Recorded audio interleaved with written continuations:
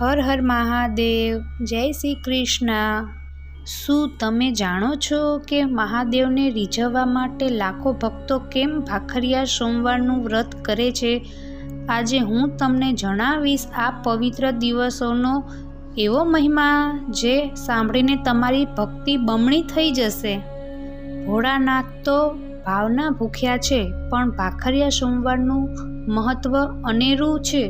આ દિવસે શ્રદ્ધાપૂર્વક ભગવાન શિવની પૂજા કરી પ્રસાદમાં ભાખરિયાનો ભોગ ધરાવવામાં આવે છે। કહેવાય છે કે જે સાચા મનથી આ સોમવારનું વ્રત કરે છે એના અટકેલા કામ મહાદેવ પરવારમાં પૂરા કરે છે। આ વિડીયો છેલ્લે સુધી સાંભળજો, કારણ કે અધૂરું જ્ઞાન વિષ સમાન ગણવામાં આવે છે। આ વ્રત શ્રાવણ માસ પહેલા સોમવારથી શરૂ કરવામાં આવે છે અને 4 સોમવાર કરવામાં આવે છે। દર સોમવારે મહાદેવજીને એકી સંખ્યામાં બીલીપત્ર ચડાવવામાં આવે છે અને પૂજન કરવામાં આવે છે। પછી ભાખરીનું નૈવેદ્ય કરવામાં આવે છે। ઉપવાસ કરવામાં આવે ત્યારે ભાખરીનો લાડુ બનાવીને એકટાણું કરવામાં આવે છે। એક ગામ હતું। એ ગામમાં સોમનાથ નામનો એક બ્રાહ્મણ રહેતો હતો। એ શાંતા નામની પત્ની હતી। પતિ દયાળુ હતો અને પત્ની ગુણવાળી અને પતિવ્રતા હતી। એ પતિની સેવા કરતી હતી। ગામડા એમને સારી કમાણી નહોતી, એટલે એમની સ્થિતિ પણ સારી નહોતી, છતાં પણ હંમેશા તેઓ એકાદ ભૂખ્યા માણસને જમાડીને જમતા હતા। એક દિવસની વાત છે। એ દિવસે બ્રાહ્મણને કાંઈ જ ભિક્ષા મળી નહીં, એટલે બ્રાહ્મણ અને બ્રાહ્મણી બંને મૂંઝાયા કે આજે ખાવું શું અને ભૂખ્યા માણસને ખવડાવું શું?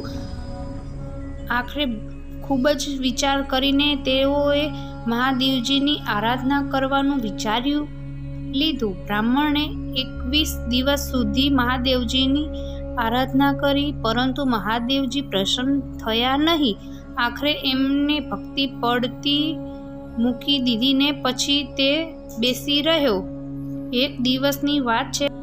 મહાદેવજી સંન્યાસીનો વેશ લઈને આવ્યા અને બ્રાહ્મણ સામે પોતાનું ભિક્ષાપાત્ર ધરીને ઊભા રહ્યા, પરંતુ બ્રાહ્મણ પાસે કંઈ આપવા જેવું હોતું નહીં। એ બિચારો આપે શું? એટલે એ ચિંતામાં પડી ગયો। એ તો સંન્યાસીને પગે લાગ્યો અને પછી પોતાની ગરીબાઈની વાત કરી। એટલે સંન્યાસી બોલ્યો, હે બ્રાહ્મણ, તમે ભાખરિયા સોમવારનું વ્રત કરો તો તમારું આ દુઃખ જરૂર ટળશે। એમ? હા, એનાથી તમારા આધિ વ્યાધિ અને ઉપાધિ ત્રણેય ટળશે।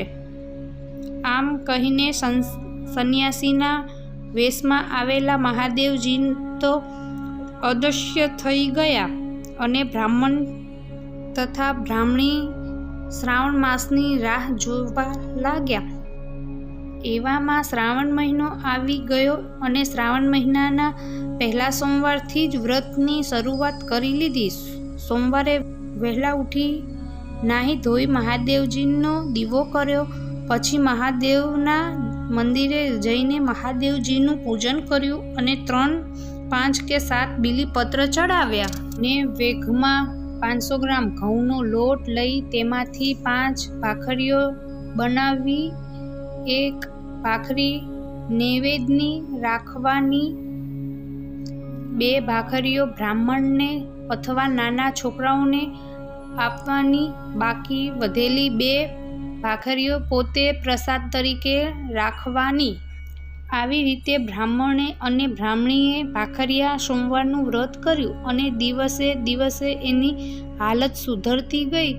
ભાખરિયા સોમવારનું વ્રત કરવાથી સોમનાથ બ્રાહ્મણ અને શાંતા નામની બ્રાહ્મણી થોડા વખતમાં જ સુખી થઈ ગયા અને આનંદમાં દિવસો વિતાવ્યા લાગ્યા.